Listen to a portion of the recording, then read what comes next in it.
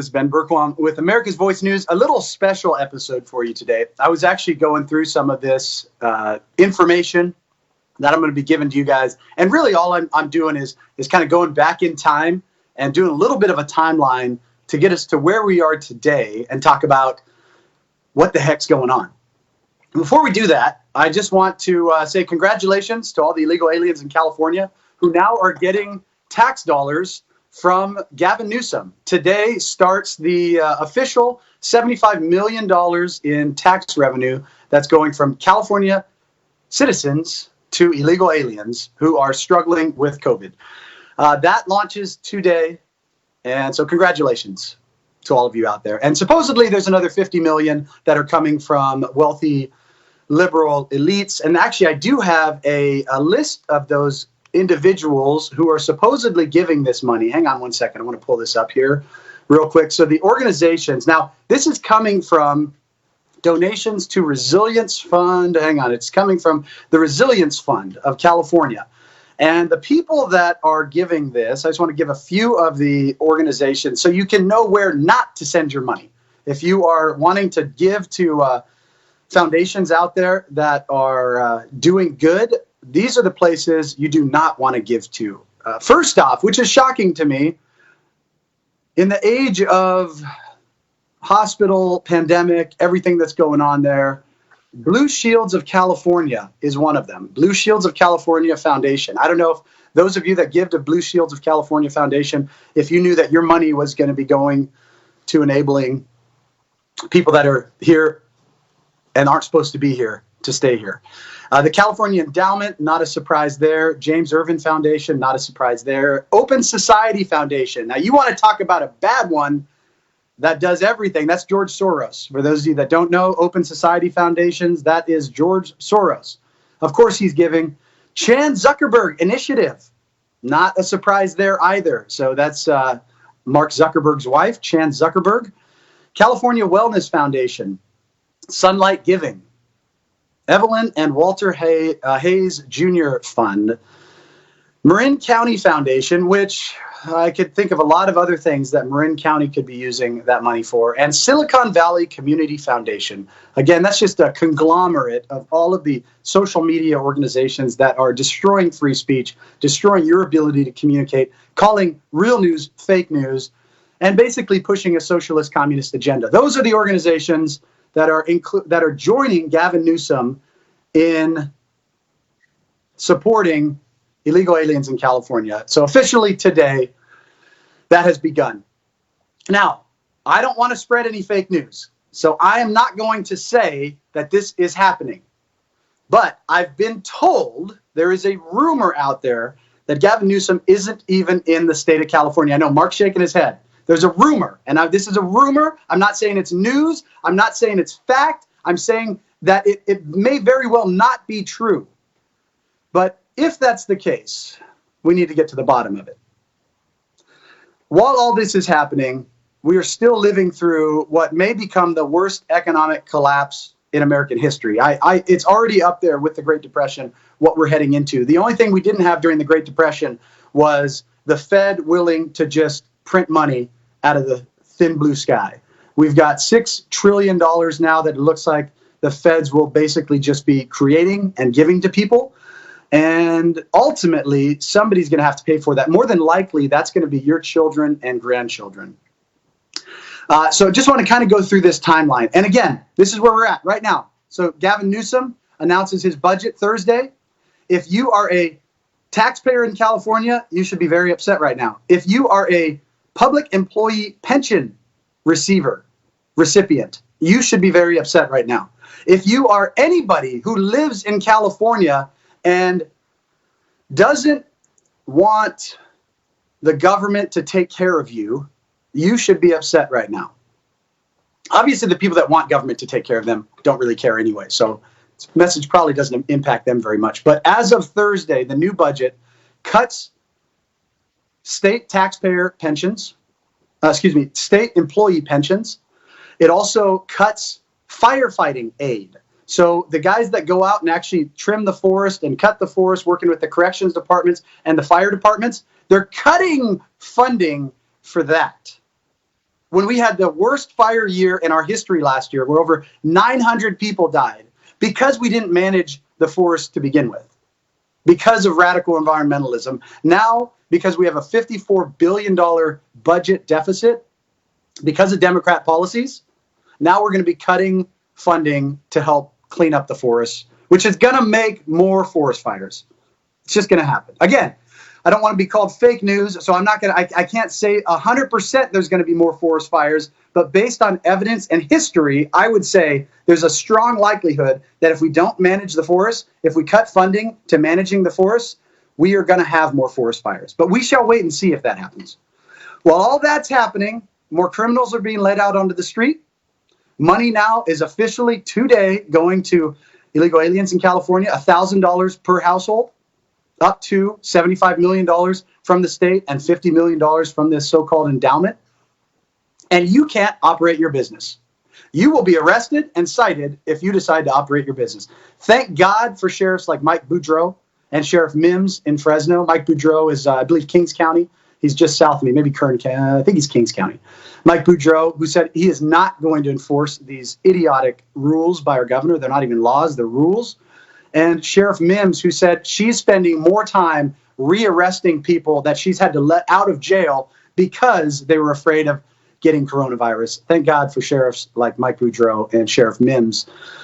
It's time for every county and every city to take a stand on this. Now, I just want to go through this real quick. It's going to be a quick video today. This is going to give you some tools in order to combat what you see out there in the fake news media. Be able to have conversations with your friends. And really what it should do is make you ask the questions. Why the heck are we doing this? So this is my little timeline, if you guys will follow. By the way, if you haven't done it already, do me a favor. Click the share button. Make sure you share, you follow, you like America's Voice News. You check us out on Roku, Hulu, Fire TV, Pluto TV now, and Dish Network Channel 219.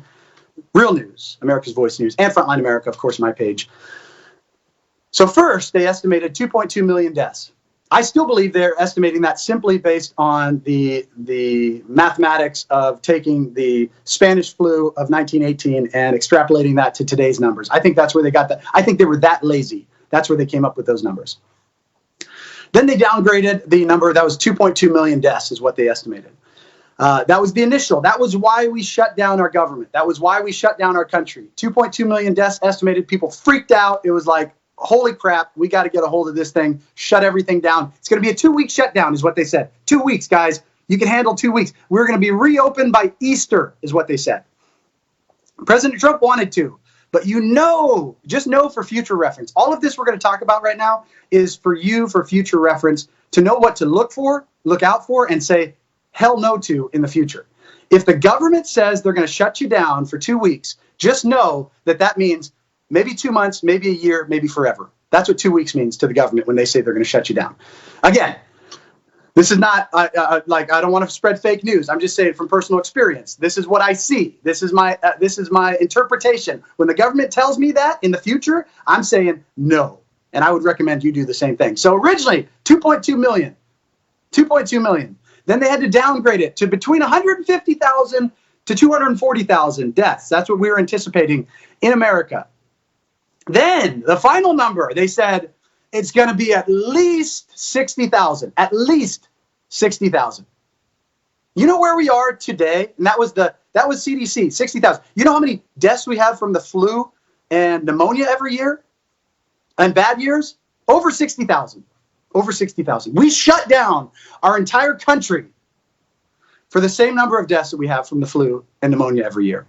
All you have to do is go look it up. Go to the CDC website, look up number of deaths by flu. And actually, this year has been really bad. Pneumonia deaths have been really bad. If you look at the flu deaths, if you actually go to the CDC's website, the last I checked, there's about 6,000 deaths that were related to the flu, they say. COVID is still under 50,000. But pneumonia says 70,000, which would be an incredibly bad year. And again, I don't have the exact stats. I'm not looking at them right now. The last time I was at the CDC website, you can go there and check it out. Bottom line is, we're not even at the minimum number they said we were going to be at to justify the shutdown. Gavin Newsom in California said half the state was going to be infected, and we should expect 200,000 deaths in California based on the mortality rate that we were seeing at the time. That was when the mortality rate said 3%. So half the population of California got it, which we have 40 million people in California, not including the illegal aliens who are now getting your taxpayer money.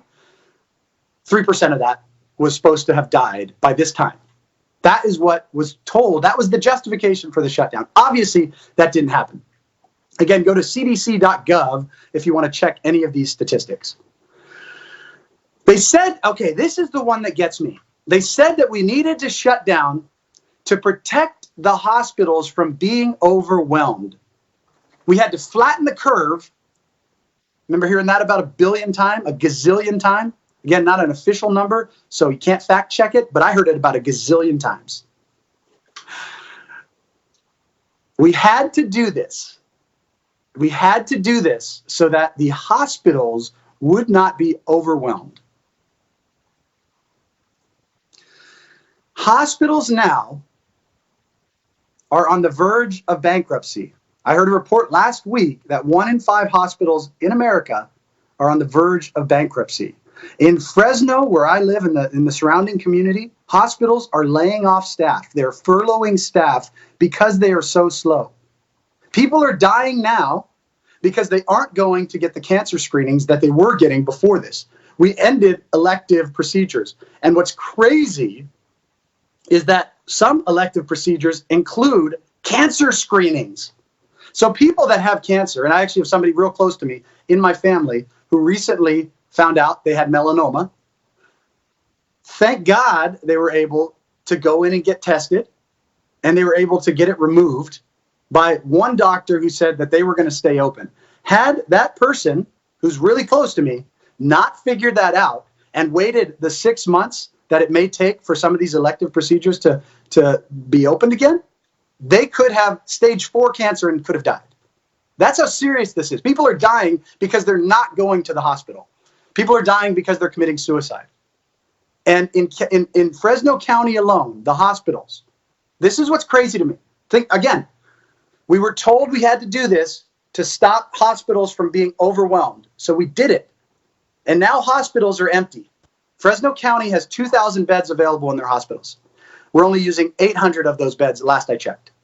Less than half of the number of beds available in Fresno County are being used. But yet, we shut down and destroyed America's economy because we didn't want the hospitals to be overwhelmed. 200 furloughs at a local hospital called St. Agnes, and only 3 COVID cases last I checked there. One of the main hospitals, the second largest hospital in Fresno County, only 3 COVID cases. That was last I checked. So the government has determined that you need to shelter in place. Unless, of course, we need to go and go to our essential businesses like Walmart, Target, Home Depot, Costco, Planned Parenthood, the liquor store, you name it, your pot dispensary. That is essential. Yet you can't go buy clothing at a clothing store, but you can go to Target and Walmart, especially if you want a floral print. That's where you go to Target. You can't go to the gym, and you can't go to the beach or to church. What is absolutely insane to me is everywhere we go now that are considered deemed essential, they are packed with people. Try to go to a Home Depot. Try to go to a Walmart.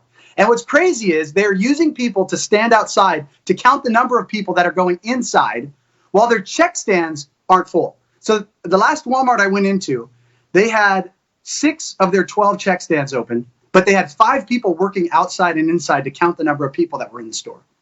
They were completely overwhelmed at their check stands, but they were holding people outside to keep the numbers down. Had they just used some of those people as checkers, they could have got people out faster. But this is not how you think during a pandemic. You don't think rationally. You don't think about things that actually make sense. So now we have stores completely overwhelmed, but you can't go to if you want to buy a t-shirt, you have to go to one of those stores that's deemed essential. You can't go to a clothing store. On Mother's Day, you couldn't go to a flower shop and buy your mom flowers. You had to go to Walmart. It's just completely insane. It's absolutely, totally out of control. And now they're saying that if you do open, you have to have, think about this, you have to have 500 square feet per person in your store, unless you're essential. 500 people per square feet. That means if you have a store, a small store that's 2,000 square feet, you can only have 4 people in your store at a time. It's ludicrous. It's ludicrous. While at the same time, suicides are going up. They're saying you shelter in place because you don't want to get this bad COVID virus. Suicides are at a very scary increase right now. Democrats said that they didn't want prisoners. Oh, this is my favorite. Democrats didn't want prisoners to get sick, so they let them out of prison. Yet they're having the police arrest citizens for exercising their constitutional rights, their First Amendment right, or for paddleboarding, or for taking your kids to the park. We're letting prisoners, I shouldn't even say we let prisoners out of prison because we're afraid of them getting COVID. Personally, am I the only one who says, I don't care if prisoners get COVID? Am I the only one? Where is the best place to shelter in place? Where do you have the maximum amount of control on people sheltering in place, especially bad people? How did somebody in our state government not realize, hey, guys, we want to protect these prisoners? So you know what the solution will be? Keep them in their cells. Isolate them. But instead, we have morons that run California who said, nope, that's not a good idea. Let's let them back out onto the street. So now crime is up. Now robberies are up. Now assaults are up. But you can't go to church. That's Democrat policies for you. You can't ride your paddleboard out on the beach, out on the ocean by yourself. When this first started, I totally get it. People were operating out of a spirit of fear and uncertainty. We didn't know. Like all these numbers came at us. We aren't doctors, most of us. We don't have a medical background. We don't understand viruses, although we know a lot more about them now than probably most people wanted to know. But we weren't sure. So most people said, okay, fine. We'll do it. We'll do it to protect our grandparents, is really what the bottom line was, and our parents. We want to protect our parents and our grandparents. We don't want them to die, so we will do these things. The so-called experts said it. But rather than now saying, now that the statistics are coming back, and this is clearly not what they said it was going to be. Now the mortality rate based on CDC's numbers, 0.2%. I think it's going to go lower than that. Overall deaths. Obviously, if you look at the over 65, the rate is around 1%. That's bad. But if you look at the 0 to 24, the rate is like 0.0005%. It's really low. The overall rate based on the CDC's numbers is 0.2% mortality rate, which is in line with the flu. Rather than saying, thank God it wasn't as bad as we thought it would be, now they're saying we need to continue this. And crazy people like Gavin Newsom are saying we need to continue this until we get a vaccine. That could be 18 months. And personally, I don't want a vaccine. Healthy people don't need a vaccine from the flu. You do not need a vaccine from the flu. If you needed a vaccine from the flu, more people would be dying every year when they get the flu, but they don't, because healthy people typically don't die from the flu, and that's what this is. It's another version of the flu. It's SARS 2.0. But we're being told we have to shelter in place until that happens. Rather than letting free people decide what level of risk they want to take for themselves, whether they go shopping or go to church or go to a restaurant, we're telling them that they have to live under the conditions of people that are living in a state of fear. So people that want to stay home are freaked out. I get that. You have every right to stay home. That doesn't mean you have every right to make an income. If you're just afraid, at some point, you're going to have to check that fear and go out and get back to work. But I understand being afraid. What I don't understand is people that are afraid saying to other people that are not afraid that they have to do what the people that are afraid are doing. That makes zero sense. If people want to get up and move on with their life and take it upon themselves, and yeah, maybe get sick, because that's what happens in life. Sometimes you get sick, sometimes you die. That is life. How have we gotten to a place where you can't do that? Our state is bankrupt. California is bankrupt. $54 billion deficit. But rather than letting businesses reopen, by the way, where is Gavin Newsom? That is the question. We're still wondering, where in the world is Gavin Newsom? Where in the United States is Gavin Newsom? Haven't confirmed that yet, but as soon as I do, I'll let you know. Rather than letting businesses operate, getting more tax revenue in to pay down the deficit, to pay taxes to the cities, counties, and the state, we're keeping businesses shut down and we're fining them if they want to operate. It is completely out of control. Gavin Newsom, we already talked about this, spent $125 million starting today on illegal aliens. That starts today. He spent $100 million on the homeless. Yet Skid Row is worse today than it was before he spent the $100 million. And he spent $1 billion on masks from China, paying 5 times the going rate, which makes you wonder where he got the kickback. $1 billion of faulty masks from China. But yet now if you are a state employee, he's saying, we're going to have to cut your wages. If you receive a state pension, we're going to have to cut your pension. I just pray that what's going on right now wakes up some Democrats in California. I pray it wakes up some Democrats. And I think we already saw that with Mike Garcia down in the 25th Congressional District. Congratulations, Mike Garcia. That district flipped to Republican. I think there's a possibility for that happening all over the state of California. That is why Gavin Newsom 2 weeks ago said everybody can do a mail-in ballot. You wonder why that's happening? You wonder why they don't want voter ID in California? It's because the Democrats know ultimately you're going to wise up.